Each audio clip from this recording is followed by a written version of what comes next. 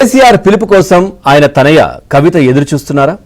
లేఖ లీక్ జరిగి 2 వారాలు కొనసాగుతున్న బీఆర్ఎస్ లో ఆ వ్యవహారం కొలిక్కి రావడం లేదా? కవితపై బీఆర్ఎస్ అధినేత కేసీఆర్ ఆగ్రహంతో ఉన్నారా? అందుకే కేసీఆర్ అపాయింట్మెంట్ ఇవ్వడం లేదా? కవిత కార్యక్రమాలకు దూరంగా ఉండాలని కేసీఆర్ పార్టీ నేతలను ఆదేశించారా? ఇక బీఆర్ఎస్ తో ఆమెకు బంధం తెగిపోయినట్లేనా?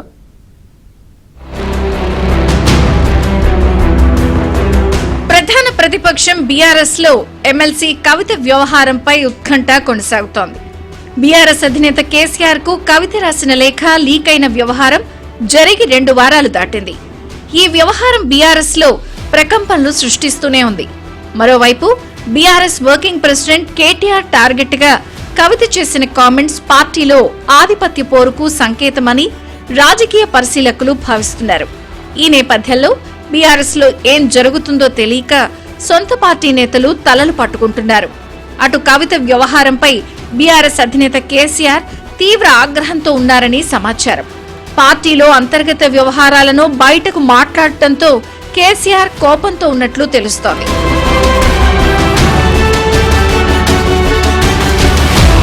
తాను లేఖ రాసిన మాట వాస్తవమేనని, అయితే దాన్ని తాను లీక్ చేయలేదని కవిత చెప్తున్నారు. బాధ్యులెవరో తేల్చాలని ఆమె డిమాండ్ చేస్తున్నారు.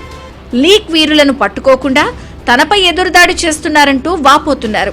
మరోవైపు లేఖ వ్యవహారం తర్వాత కేటీఆర్ సైతం కవితను ఉద్దేశించి పరోక్ష కామెంట్స్ చేశారు. బీఆర్ఎస్ లో ముఖ్యమంత్రి రేవంత్ రెడ్డి కోవర్టులున్నారని, అప్పుడప్పుడు వారు బయటపడతారని కేటీఆర్ చేసిన వ్యాఖ్యలపై కవిత తీవ్రంగా స్పందించారు. బీఆర్ఎస్ ను బీజేపీలో విలీనం చేసే కుట్ర జరుగుతోందన్నారు. దాన్ని అడ్డుకుంటున్నందునే తనను బీఆర్ఎస్ నుంచి బయటకు పంపే కుట్ర జరుగుతుందని కవిత ఆరోపణలు చేయటం తెలంగాణ రాజకీయాల్లో సంచలనంగా మారింది.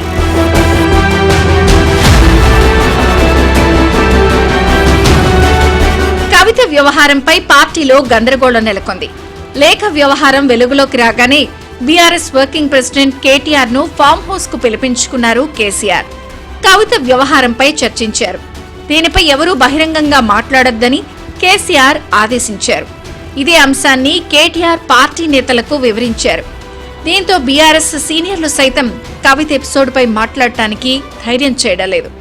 ఇక కేసీఆర్ పిలుపు కోసం కవిత ఎదురుచూస్తున్నట్లు సమాచారం. లేఖ లీక్ వ్యవహారం జరిగి 2 వారాలు దాటింది. అయినప్పటికీ కవితకు కేసీఆర్ అపాయింట్మెంట్ ఇవ్వటం లేదని తెలుస్తోంది. పార్టీలో అంతర్గత అంశాలను బహిరంగంగా మాట్లాడినందునే కవితను కలవడం లేదని బీఆర్ఎస్ వర్గాల సమాచారం. మరోవైపు కేసీఆర్ సమయం ఇస్తే వెళ్లి కలవాలని ఎమ్మెల్సీ భావిస్తున్నారట. ఉత్తరం లీక్ వ్యవహారం తర్వాత కేసీఆర్ కు అత్యంత సన్నిహితులైన రాజ్యసభ సభ్యుడు దామోదర్ రావు, అడ్వకేట్ గండ్రమోహన్ రావులు కవిత ఇంటికి వచ్చి చర్చలు జరిపారు. అయినప్పటికీ కవిత మెత్తబడలేదు.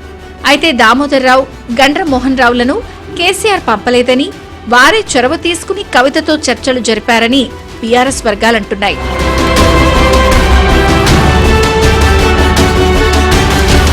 అయితే ప్రస్తుతం కవిత దారెటు అన్న చర్చ బీఆర్ఎస్ వర్గాల్లో జోరుగా నడుస్తోంది.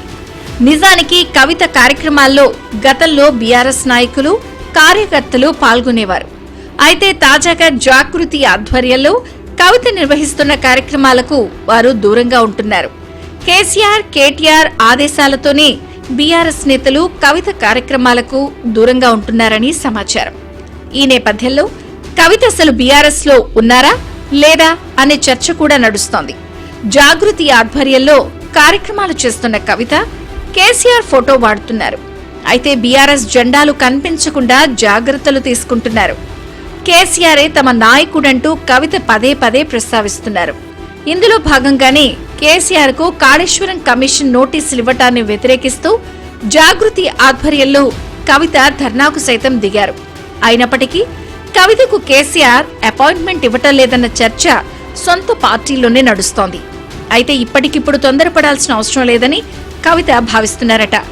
బీఆర్ఎస్ లో ఉంటూనే జాగృతి వేదికగా ప్రజా సమస్యలే లక్ష్యంగా ప్రభుత్వంపై పోరాడాలని ఆమె నిర్ణయించుకున్నారని సమాచారం. మరోవైపు క్రమశిక్షణ చర్యల్లో భాగంగా తనపై వేటు పడే వరకు వేచి చూడాలని కవిత నిర్ణయించుకున్నారని తెలుస్తోంది. ఆ తర్వాత బీఆర్ఎస్ లో కవిత ఎపిసోడ్ పై ఒక క్లారిటీ రావచ్చని బీఆర్ఎస్ నేతలు చెబుతున్నారు.